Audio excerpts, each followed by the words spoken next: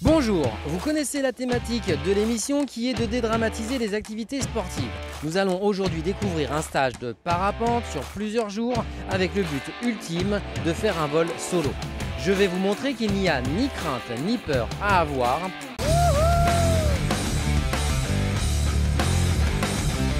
Nous sommes en Haute-Savoie, à côté d'Annecy. Nous avons rendez-vous avec le club de parapente Les Grands Espaces à Talloires. Oh, salut Charles, sois le bienvenu aux Grands Espaces. Ok, je te remercie. A priori, donc c'est toi qui seras mon moniteur, peut-être aussi avec Benoît, de ce que j'ai compris. Ok, je t'écoute et puis on va venir justement dédramatiser un petit peu votre activité sur un stage de parapente d'une semaine pour faire un grand vol si tout se passe bien et si j'ai à peu près les compétences. Du coup Arnaud, on avait surtout une question pour faire comprendre ce qu'est le parapente en une phrase succincte. C'est quoi le parapente? C'est un bout de tissu, des ficelles, ça forme un profil et quand ça s'est mis en mouvement dans une masse d'air ou dans le ciel, ça nous permet de voler comme un oiseau. Voilà. Ok. Ce qu'on va faire en premier, c'est qu'on va t'équiper, on va te donner le matériel et puis après on va partir en pente-école. Juste rappelle-nous, qu'est-ce qu'une pente-école? À quoi ça correspond? Une pente-école, c'est une petite pente qui n'est pas trop raide. On va découvrir le matériel et mettre en mouvement le parapente au sol avant d'aller se mettre dans le vide. On va d'abord apprendre à piloter au sol, c'est-à-dire il n'y a pas de décollage, on va apprendre à courir, à monter la voile au-dessus de la tête, à la piloter au sol et ensuite on ira faire le grand vol. Ok. Puis à la fin tu verras, ça va venir naturellement, mais on va faire ça étape par étape. C'est comme un escalier, petite marche par petite marche jusqu'à arriver au grand vol. Première étape, c'est le matériel, on va s'équiper. On a une sellette, tiens, mets-la voir sur le dos. Ok, alors. Voilà. Comme ça. Donc ça, si ton siège est en harnais, tu vas être attaché et tu vas être assis là-dessus. À côté de ça, on va avoir une voile de parapente. Ça, c'est notre aile volante. Ok. Voilà. Et puis, on va se choisir un casque parce qu'il faut quand même se protéger la tête. C'est toujours au sol qu'on se fait mal. Et on aura une radio pour communiquer avec les moniteurs et tu seras paré pour aller voler. Je te suis, c'est parfait. Allez, un casque, viens avec moi. Tu as le choix entre le bleu et le blanc parce que la couleur et l'esthétique, c'est très important en parapente. Oui, c'est une activité plaisir, tout va compter. On est dans le foncé, on va rester dans le foncé c'est parfait, tiens. Est-ce qu'il y a des éléments de sécurité, entre guillemets, extérieurs à prendre? Genre, est-ce que je dois mettre de la crème solaire? Est-ce que je dois mettre des lunettes de soleil? Bien sûr, c'est une activité de plein air. On s'habille comme si on allait faire une randonnée en montagne. On n'oublie pas de s'hydrater, se protéger contre le soleil et puis avoir des chaussures montantes de marche pour protéger ses chevilles et ses pieds avec un petit coup de vent parce qu'on n'aura jamais froid en l'air. C'est très important parce que il faut être à l'aise, il faut être confortablement habillé. Il ne faut pas que les éléments extérieurs viennent nous perturber parce qu'on est quand même dans une activité de plein air. Des lunettes de soleil, même si le soleil ne va pas forcément être fort, mais ça va nous protéger aussi du vent pendant le vol. Parce qu'on va voler à peu près à 35 km/h et qu'il faut être quand même à l'aise au niveau des yeux, parce que si on a le vent dedans, il ne faut pas qu'il y ait de gêne. Nous aurons suffisamment de choses à gérer pour ne pas être embêté par ça. Si on veut des gants aussi, ça peut être intéressant. Alors les gants au début, on n'aime pas trop parce qu'on est dans une activité de sensation, de manipulation, on veut que l'élève sente à travers les mains aussi. Mais si on est plus à l'aise avec des gants, on peut mettre des gants. On va être sur une pente-école herbeuse, on n'a pas de cailloux par terre, donc c'est pas forcément une obligation en début d'activité. Ok, c'est parti, on va aller rejoindre le groupe, c'est ça? Puisque là on est à un groupe de combien de personnes? Alors c'est des groupes de 7-8 avec 2 moniteurs, parce qu'il faut s'occuper de chacun. C'est-à-dire il faut vraiment prendre le temps de s'occuper de chacun, on est tous différents, on apprend à des vitesses différentes. Donc du coup, il faut pouvoir être disponible pour tout le monde. Donc on est plutôt sur des petits groupes. Alors Charles, le matériel qu'on t'a confié il est très important parce que c'est du matériel qui est solide, mais en revanche, c'est un matériel de sécurité, il faut toujours en prendre soin. Donc là, on va bien le ranger dans un sac parce qu'on va avoir une petite marche d'approche pour aller à la pente-école. Donc on met la sellette avec la voile. Tu pourras y intégrer aussi ton casque. Et voilà, ça se porte comme un sac de randonnée. On va te donner aussi une radio qui va te permettre d'être en contact avec les moniteurs. Ok. Voilà. Comme donc ça, dès je ne la serai jamais perdu. Tu ne seras pas perdu, puis tu seras toujours en lien avec ton moniteur. Tu en auras un au décollage, un à l'atterrissage. Donc le premier grand vol sera avec une assistance. Ce sera toi le pilote, mais tu seras accompagné. Allez, c'est parti.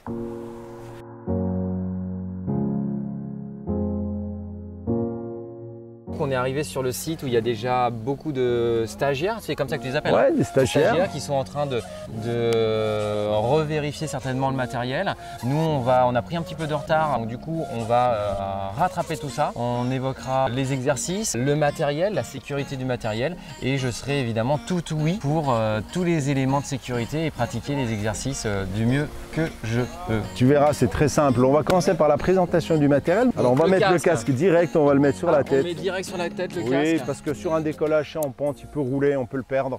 Okay. Pourquoi ne pas l'avoir directement sur la tête? La sellette, alors on va la mettre un petit peu de côté pour l'instant. Okay. On va déballer la voile. Alors déjà, on a 2 sacs. On va les ranger tout de suite. Hein. C'est très organisé le parapente. Donc on va accrocher notre voile sur la sellette.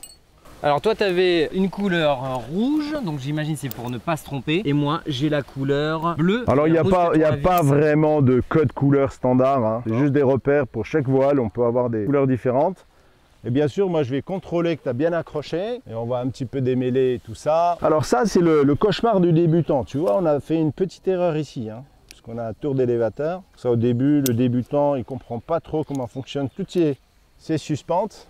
Ok, oui, parce que c'est un nom particulier, ça s'appelle des suspentes et pas des cordes. Eh oui, on a 3 grandes parties dans notre système parapente. On a le harnais. La sellette, c'est la même chose, c'est notre siège, en même temps c'est notre harnais. Ensuite on a un cône de suspentage, c'est en forme de cône, donc c'est des suspentes qui sont très résistantes et qui nous relient à notre voile, d'accord? On va aller regarder cette voile là, elle est très particulière. Ici il y a un côté où il y a des trous à l'intérieur, enfin devant, d'accord? Ça c'est l'avant du parapente et ça va permettre de le gonfler. Et le parapente c'est d'abord un profil aérodynamique, c'est comme une aile d'avion, une aile d'oiseau. Et c'est ça qui va créer les forces aérodynamiques de sustentation. D'accord. Et donc on a ce profil-là relié à des suspentes à notre pilote qui est dans la sellette. Moi. Voilà, toi. Donc le plus difficile dans le parapente, c'est qu'un avion, un aéronef avion, au départ il est déjà rigide, il est déjà construit. Mais nous, il faut qu'on construise notre aéronef. Et c'est ce qu'on appelle le gonflage. C'est ce qu'on va faire en premier. Okay. Avant de voler, il faut construire son aéronef. Voilà, bien étaler cette voile. Voilà. Après, et tu lui as déjà donné sa forme? J'ai déjà donné sa forme et puis on va la démêler. Donc je prends comme toi les rouges, j'en ai 2. Tu organises en fait les élévateurs entre les doigts comme ça. Et on va faire une méthode de peigne. Et il y a le frein tout seul. Ah, le frein frein. dans la main droite. D'accord. Et on va mettre tout ça en tension.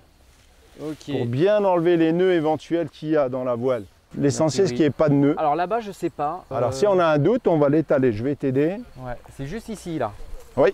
J'ai un petit doute et je n'oserais pas me mettre en danger. Donc là, voilà. Alors maintenant, on va aller s'installer dans la sellette. On va reculer un petit peu pour ne pas défaire la forme. Alors ici, on a la poignée du parachute de secours. Donc ça, c'est très important de ne jamais manipuler la sellette par ça, parce que sinon, il va sortir. Donc on a un parachute de secours, on verra à quelle occasion on peut en avoir besoin. Okay. Mais dès l'initiation, tu as un parachute de secours. Ok, donc ça fait encore partie des éléments de sécurité, en Exactement. plus de tout ce qu'on a pu voir. Exactement. Alors on va s'installer maintenant dans la sellette, tu la prends comme un sac à dos.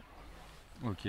Ensuite, la ventrale. La ventrale qui correspond à ça, j'imagine. Voilà, ça c'est un anti-oubli. Si jamais on a oublié les cuissardes, ça nous sauve la vie. Parce qu'un des dangers en parapente, c'est l'oubli d'accrochage. D'accord. C'est aussi bête que ça. Ça serait bête quand même que je décolle et que je me retrouve à glisser de ma sellette et finalement mon parapente part sans moi. C'est quand même dommage. Et puis lui il part sans toi, mais toi tu risques de tomber et ça peut être dramatique. Voilà. Très très fort des bras. Alors bon bah nickel, du coup j'ai accroché ici, bon bref je pense que je suis en sécurité. Ah peut-être voilà, la thoracique. On a une petite sangle de confort ici. Rappelle-toi, plaisir, sécurité.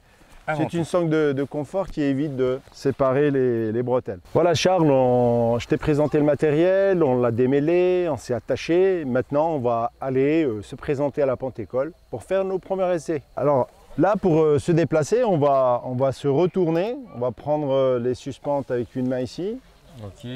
Là. On prend que les suspentes. Alors comment t'appelles cette partie-là? Ça c'est les élévateurs. Les élévateurs. Les élévateurs. Et donc là, je viens prendre mes suspentes. Les suspentes et on va se retourner pour se mettre face à la voile. Alors je me retourne comme avec ça. une main qui passe dessous. Voilà, exactement. Oui, dessus moi. Ok. Voilà. Et on va et je les tiens toujours en main croisée. Non, là on va les mettre tous dans la même main et on va lever. Regarde au fur et à mesure. Et on va avancer vers la voile. Ok. Pour la prendre en forme de bouchon. Ok, d'accord. Allez, à toi de jouer. Alors, si j'ai bien compris, je tire et je ramène. Ok. Et là, je vois que ça me la ramène. On ne tire pas la voile, on va vers elle. D'accord, ok, je me rapproche en fait. Et là, on la met sur l'épaule et on est prêt à se déplacer. Allez. Ça te permet, quand tu vas être en bas de la pente, de remonter la pente. Et dans ta zone de préparation au décollage, ça te permettra d'aller te présenter au décollage. Ce qu'on appelle la prise de la voile en bouchon. D'accord, ok. Voilà, ça évite de traîner la voile par terre. Et de l'abîmer, puisque finalement, c'est un matériel de sécurité. Tu vas dérouler tranquillement tes suspens dans l'axe de la pente. Ok, donc je relâche. Voilà, ça évite de refaire des nœuds. Tranquillement, pour pas avoir de nœuds. Okay. On va mettre en tension, mets en tension les suspentes. Ça te donne le sens de retournement. Donc là, je peux me retourner déjà? Ouais. Ok. Donc là, voilà, et tu lâches tout, tu regardes bien devant. Et moi, je vais étaler la voile. Tu lâches tout? Ok, allez, c'est parti. Bon, c'est génial finalement d'être avec un moniteur parce que pour l'instant, tu fais tout. Moi, j'ai pas grand chose à faire. Regarde, on aligne le centre de la voile, le pilote avec les maisons devant là-bas. Regarde. Ok. Décale-toi un petit peu sur ta gauche, Charles. Ok. Voilà. Ici. Comme ça, on a une voile qui est bien dans l'axe. Donc ça, c'est ce que j'aurai à faire tout seul juste après. Voilà, tu peux reculer d'un pas. Je recule d'un pas. Et on va maintenant voir la prise de commande. Avant de prendre les commandes, on vérifie qu'on est bien installé, bien attaché de partout. Allez, vas-y, prends tes commandes. Donc je prends mes commandes. Donc c'est ici ou c'est ici? C'est ici. Les commandes, c'est les petites poignées qui nous permettent de diriger la voile. Ok, et qui sont tout simplement donc aimantées. Aimantées. Et là, je me retrouve avec mes commandes. Ils sont directement reliés à la poulie ici, il n'y a pas de tour. Et là, on peut prendre les avants. C'est les élévateurs qui ramènent les suspentes au bord d'attaque qui vont nous faciliter la montée de voile. Donc, pour prendre les avants, on va sortir le pouce. Ici, simplement. Voilà. Et les autres, je les laisse tomber, j'imagine, dans sur mes avant-bras. Voilà, exactement. Et une fois qu'on a ça, on va venir au contact de la voile. On va s'avancer un petit peu pour se mettre bien au centre. Okay. Pas plus, pas plus, pas plus. Parce que sinon, tu vas déformer toute la belle préparation que j'ai faite. Ah, ça serait quand même dommage. Ce serait dommage, ça va compliquer le gonflage. Alors les mains, on est en W. Ok.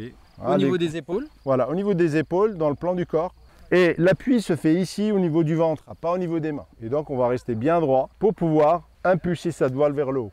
D'accord. Donc on va avoir une impulsion, on ne court pas trop vite. Hein. C'est une marche active.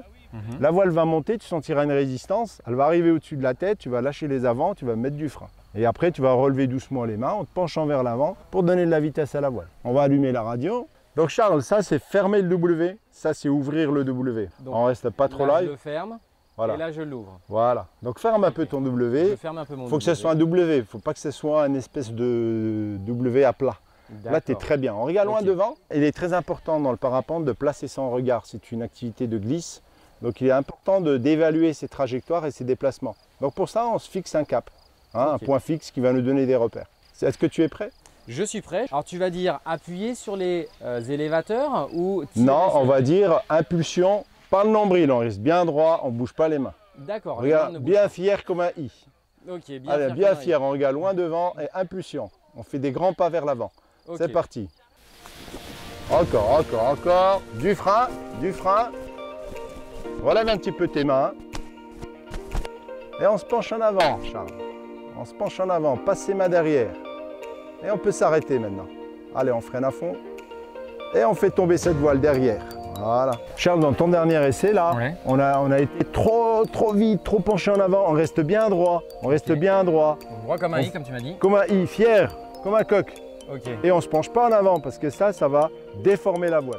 On reste bien droit. C'est une marche active, ce n'est pas une course. Donc il y a plusieurs phases. Il y a le gonflage, on est droit. On temporise, on est bien droit.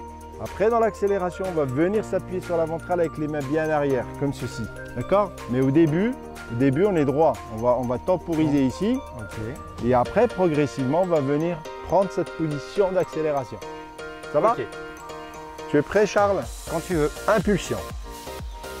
Elle monte, pas plus. Elle monte, elle monte, encore, encore. Et les mains derrière, penche-toi en avant. Ouais, c'est super ça. Rallonge tes pas, va chercher des grands pas. Mets un peu de frein si jamais t'es dépassé. Voilà. C'est un bel essai. Tu es prêt? Centre-toi bien. Allez, quand tu veux, reste bien droit, on force pas. Marche active, des grands pas. Pas plus, elle monte, elle monte, elle monte. Du frein. Allez, relève les mains derrière. Voilà, bouge pas les mains. Freine quand on arrive au sol. Voilà. Très bien.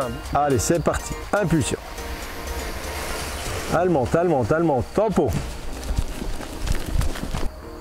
Allez, accélère un peu en relevant les mains. Relève les mains d'abord. Voilà. Un autre élément également essentiel à savoir, c'est de toujours avoir son matériel bien réglé, bien ajusté. Donc là, dans le cas présent, effectivement, c'est d'avoir les bretelles bien ajustées, serrées, mais en laissant tout à fait de la mobilité. Et puis les sangles ventrales et au niveau des cuisses ajustées. Si tout est lâche, effectivement, vous aurez beaucoup moins de contrôle. Donc cet élément est valable pour le parapente, mais également pour toute autre activité sportive.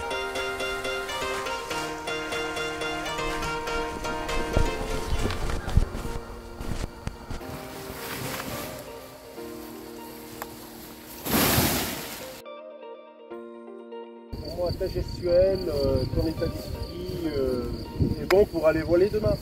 Oh, trop de compliments là. Voilà. Donc écoute, on va s'arrêter là pour cette séance. Et puis du coup, comme la voile elle a bien travaillé, eh bien, on va la ranger et je vais te montrer comment on la range. Donc moi j'enlève la sellette. Voilà, tu enlèves ta sellette, il va venir m'aider à l'étaler. Peut-être tu la mets plutôt par là la sellette. Je la décroche pas du tout? Non, on va la laisser accrocher. Ce qu'on va faire en fait, on va préserver le bord d'attaque. Rappelle-toi, le bord d'attaque c'est la partie qui est essentielle au gonflage de la voile. C'est là où il y a les entrées, où l'air va rentrer dedans et gonfler. Donc celles-là, on va les préserver, on va essayer de ne pas les plier dans tous les sens. D'accord? Donc on va les mettre les unes à côté des autres en pli en accordéon. Donc tu mets bien la plat par terre. Okay, comme ça. En revanche, toi, tu vas au fur et à mesure avancer en zigzag vers moi.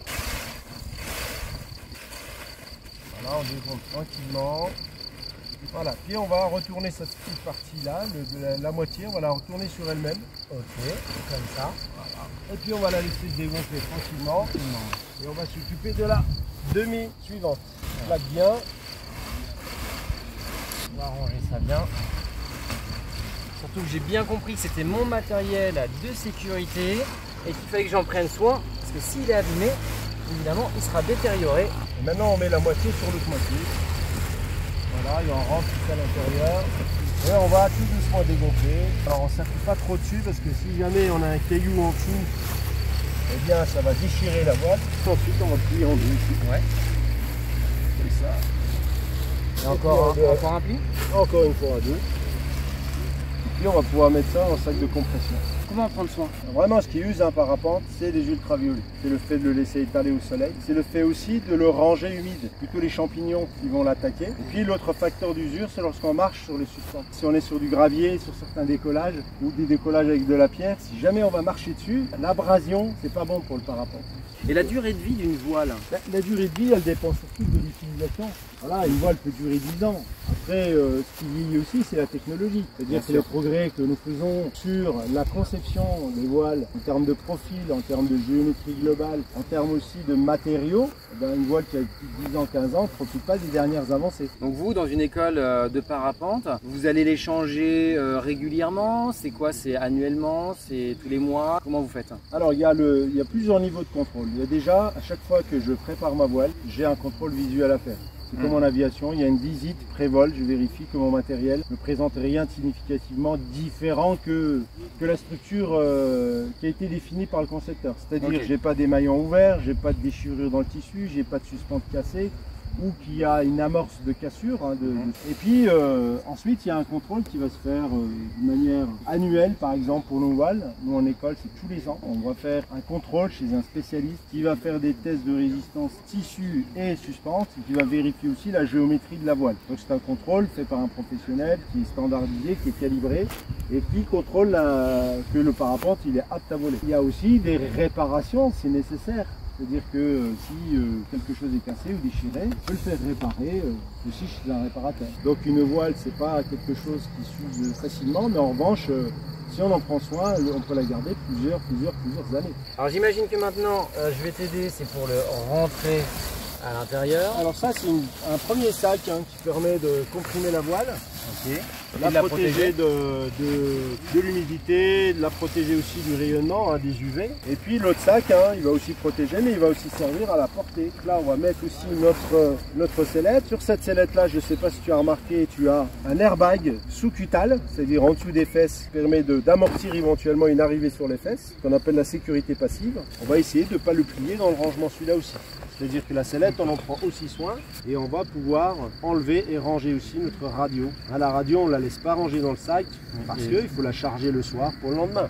Je pense que demain, tu vas en avoir besoin pour aller voler. Bon, je te dis, on va aller voler demain, mais est-ce que toi, tu as envie d'aller voler demain? Est-ce que tu le sens? Je sais pas, hein, pas encore. J'ai des doutes. Hein. Tu as souvent des clients qui peut-être te disent je me sens pas prêt, j'aimerais bien refaire encore quelques séances de Pentécole avant de se lancer? Bien sûr, il y en a. C'est pas fréquent parce qu'en général, quand le professionnel il pense que c'est bon, ça veut dire qu'il a vu aussi que psychologiquement l'élève il est prêt. Mais ça arrive des élèves aient besoin d'un peu plus de temps que les autres et c'est pas du tout un problème. C'est fait ensemble. Voilà. On s'adapte, on prend le temps qu'il faut jusqu'à ce que la personne soit prête. En général, c'est 2-3 jours de Pentécole. Hein, ça dépend des conditions aérologiques, ça dépend des gens. Mais on accepte la différence et le fait qu'on apprend tous d'une manière différente. Ok, bon bah très bien. On finit de ranger et puis je pense qu'on... on va aller voir la suite.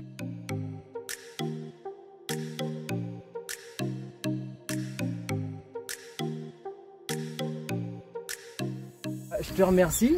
On a fait une super séance, effectivement. On va pouvoir se voir demain, continuer à progresser. Il y a quand même plusieurs jours de Pentécole et après on partira effectivement sur les grands vols. Voilà, on a un point théorique encore à voir. Il faut qu'on fasse le plan de vol, les approches et les pauses. Il faudrait qu'on le voit cet après-midi. Ok. Bon, alors là c'est parti en mode sérieux. On part en cours. Donc le petit cahier, les lunettes pour voir le tableau et on part écouter toutes les consignes de sécurité et toute l'organisation pour le premier grand vol de demain. Donc ça te laisse quoi comme émotion si tu en avais qu'une à retenir? Mitigé. D'accord. C'est toujours normal, deuxième jour. Premier jour, on se dit « Ah, ça va, finalement, c'est compliqué. » Et puis, on commence à comprendre et en fait, on dit que la compréhension ne suffit pas. Alors, il faut encore travailler et développer. Donc, c'est normal. Pierre? Je dirais compréhension. Charles? Surtout ne pas y aller en force, y aller avec souplesse, tendresse et finesse. Eh oui. C'est un petit peu l'apprentissage d'aujourd'hui qui ressort. Très bien.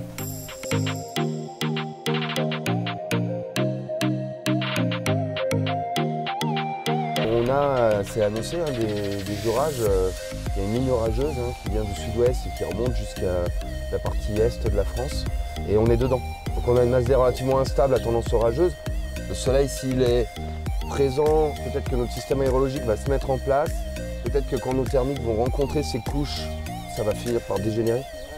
Il y a un petit peu tout ça qu'on peut prendre en compte.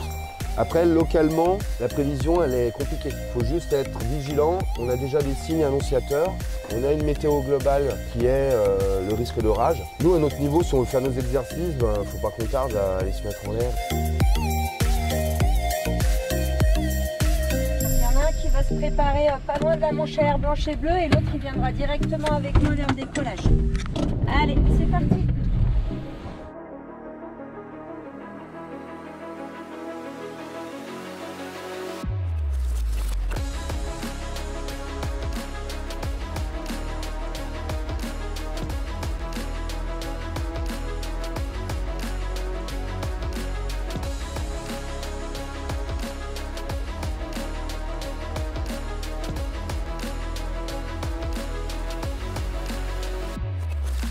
Est-ce que tu as ajouté un œil à l'aiguille de ton parachute de secours? Oui, j'ai vérifié, je suis prêt pour le décollage. On attend qu'ils nous disent que c'est bon et on ira. Ok. Ok Arnaud, du coup je suis avec Charles dans les starting blocks, c'est toi qui me dis.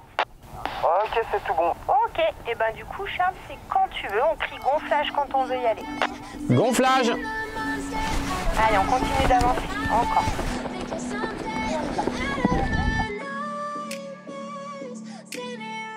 Bon, le cap, Charles, donc on remonte la main gauche. Voilà.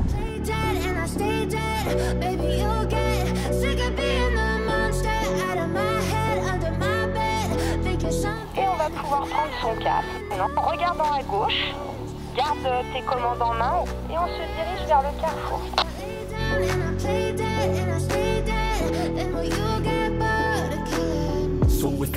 On repart Cap Golf. Everything that you did, that you said, I don't think you understand what you're doing, and my heart's black and blue. Ok, super. Allez, on se remet en position pilote. Commande en dragon. Faut du regard en terrain là, Charles. Voilà. On maintient la piste sellette. Allez, on s'aligne en finale tout de suite. I'm the one who's always sorry. Regarde, on patiente, on patiente. Après tout. I wish you loved me like I love you, it's stupid. When I'm alone with you, I never feel lucid. I wish I wasn't. Pour un premier vol, bah, du coup, c'est beaucoup de concentration, d'attention pour savoir où poser, puis surtout d'écoute sur le moniteur qui est en train de nous guider en bas. Je pense qu'on va partir sur le deuxième vol. On va laisser retomber un petit peu la pression, même si ça s'est très bien passé. Tout va très très vite. En fait, on n'a pas le temps vraiment de trop réfléchir. On est vraiment extrêmement concentré, tout simplement pour pas avoir de problème. When I'm with you, I feel so useless. I feel diluted, my heart's been wounded. Silhouettes of you are like a taunt. Never really know just what you want. With you, I don't ever feel calm. I can feel the sweat inside my palm. Play with me like cats and a string. You don't understand the pain it brings. You don't ever wanna give me wings. Voilà, on reste bien au contact de la voile, le poids des mains dans les commandes.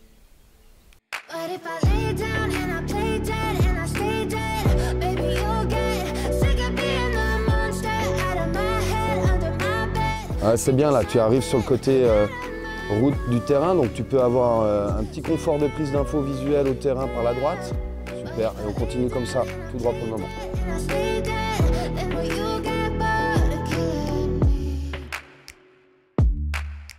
Regarde ce qui se passe en bas au terrain d'atterrissage. Regarde, le sens de poser, il a changé. Voilà, on remonte la main, on conserve un peu la pucellette. On sort de la sellette. Voilà, on a le regard loin.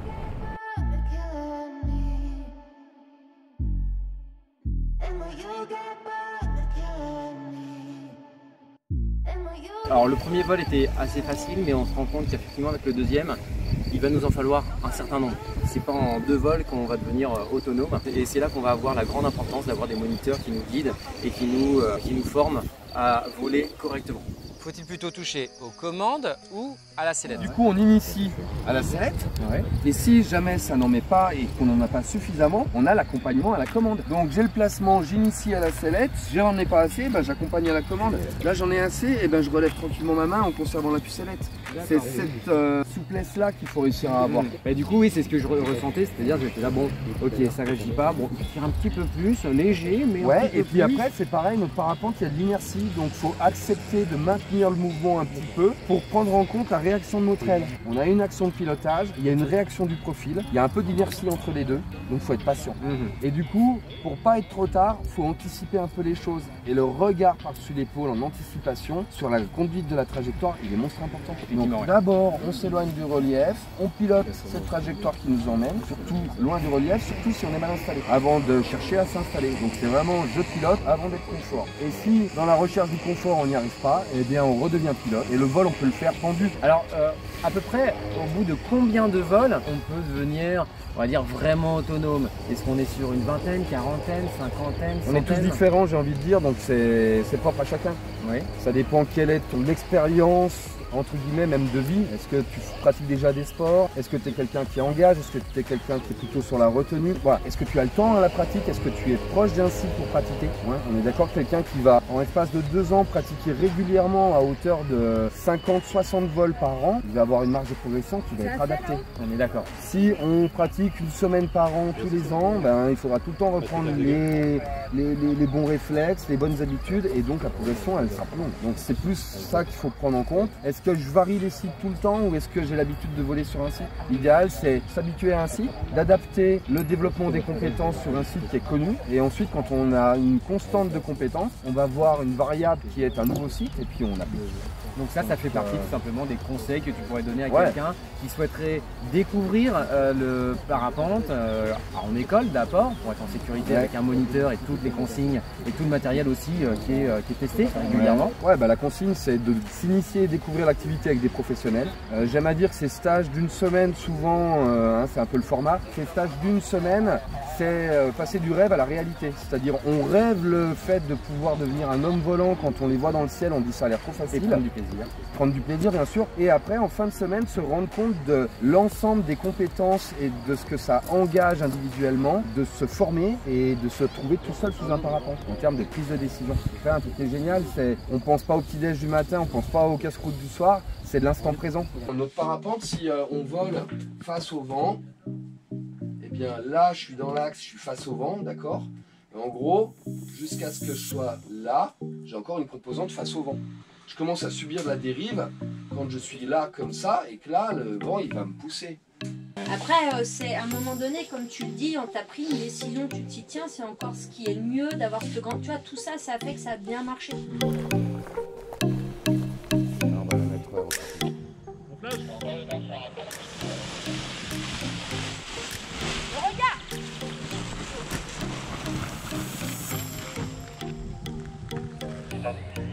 vers le bout du lac.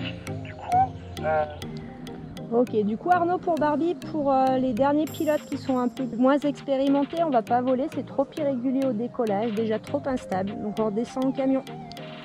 Donc là on est sur un petit retour à chaud, l'aérologie est un petit peu instable, du coup on a fait partir ceux qui avaient un meilleur niveau et pour les autres on va simplement refaire un beau pliage pour rentrer à la maison et aller manger. C'est ce qui arrive effectivement avec le parapente, surtout au niveau débutant. On est lié à l'aérologie, là ça se gâte un petit peu, ça chauffe un peu trop, on a un peu trop d'ascendance, ça devient instable, donc du coup on coupe et on rentre. Arnaud, merci pour ce stage de parapente qui a duré à peu près une semaine. On a fait de la pente-école, découvert le gonflage, on a vu la sécurité, on a vu vos diplômes, on a vu énormément de choses. On a fait aussi ce qui était l'essentiel, c'était faire les premiers vols, découvrir que le parapente, ça peut effectivement être dangereux, mais qu'on minimise le risque avec le matériel, avec votre présence, parce que vous êtes en général plusieurs à nous encadrer, et avec toutes les consignes de sécurité. Du coup, ça s'est très bien passé, on a fait nos premiers vols, on a découvert des super sensations. C'est quand même quelque chose à essayer si vous aussi vous souhaitez tenter. N'hésitez pas à contacter une école de parapente telle que les grands espaces à Talloires, à côté d'Annecy, et vous pourrez tout simplement découvrir ce qu'est un vol solo.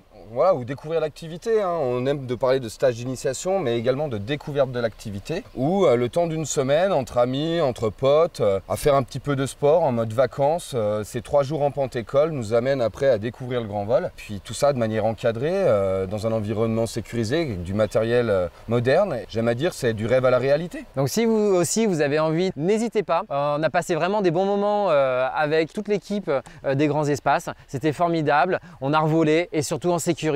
Et comme on le sait, la thématique de l'émission, c'est de dédramatiser l'activité. Là, c'était exactement ça pendant toute cette semaine. Et surtout, ça nous a montré que c'était accessible tout en conservant la sécurité. Bah écoute, Charles, merci pour le travail, pour l'effort. Et puis on t'attend pour le stage d'autonomie. Hein. Exactement, on verra ça. Allez, bon vol, à bientôt. Allez, merci. Si maintenant vous souhaitez pratiquer cette activité, retrouvez le moniteur sur weguideyou.com. Suivez-nous sur nos réseaux sociaux. Au niveau du diplôme, comment s'appelle exactement ton diplôme? On a un diplôme d'État, les anciens brevets d'État d'éducateurs sportifs qui ont été transformés il y a quelques années. C'est un diplôme d'État vol libre, spécialité parapente. Et donc toi, ça fait combien de temps que tu enseignes? Ça fait 5 ans. Ah donc tu es, on va dire, relativement jeune diplômé. J'ai travaillé dans une école avant, donc j'ai eu l'occasion déjà de bien travailler dans le milieu avant aussi. Il t'a fallu combien de temps pour passer le diplôme et évidemment combien de temps il t'a fallu d'apprentissage solo? Parce que j'imagine que tu t'es aussi formé un petit peu solo avant. Alors oui, j'ai volé solo, on va dire quasiment 8 ou 9 ans avant d'aller au diplôme. Je pense que j'avais plus ou moins le niveau d'aller au diplôme au bout de 5 ou 6 ans. Je voulais avoir plus d'expérience et aussi plus profiter toute seule. Donc si tu avais un conseil à donner à quelqu'un qui aimerait se lancer dans le diplôme, lequel serait-il?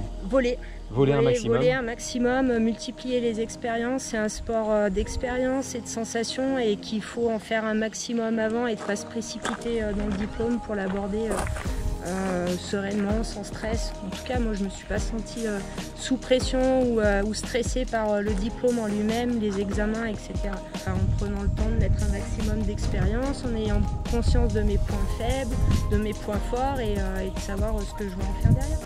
WeGuideYou permet de recruter des éducateurs sportifs et de vérifier leurs documents légaux. WeGuideYou permet aux éducateurs sportifs de trouver un job, un emploi et d'indiquer leur disponibilité. Et WeGuideYou permet aux particuliers de trouver des activités sportives.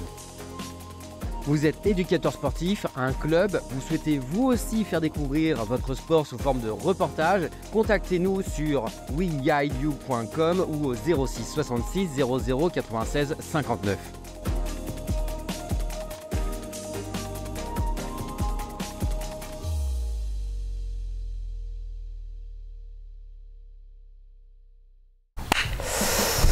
C'est parti. C'est quoi le parapente? Eh ben, c'est l'activité la plus simple pour accéder au rêve d'Icare. Vous connaissez la thématique de l'émission qui est de dédramatiser. Là c'était très succinct. Maintenant si tu me la mets en un petit peu plus long en expliquant. Si tu la mets en un peu plus long, tu risques d'apprécier. Ouais,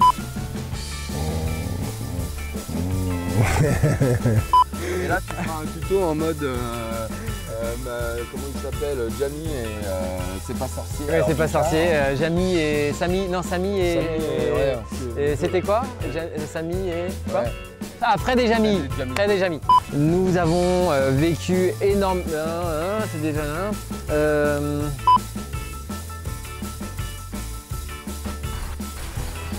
Donc si vous aussi vous avez envie de visiter, j'allais dire, le 7e ciel, de vous envoyer en l'air.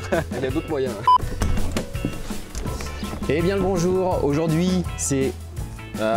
attendez, je la refais, la porte elle n'a pas bloqué.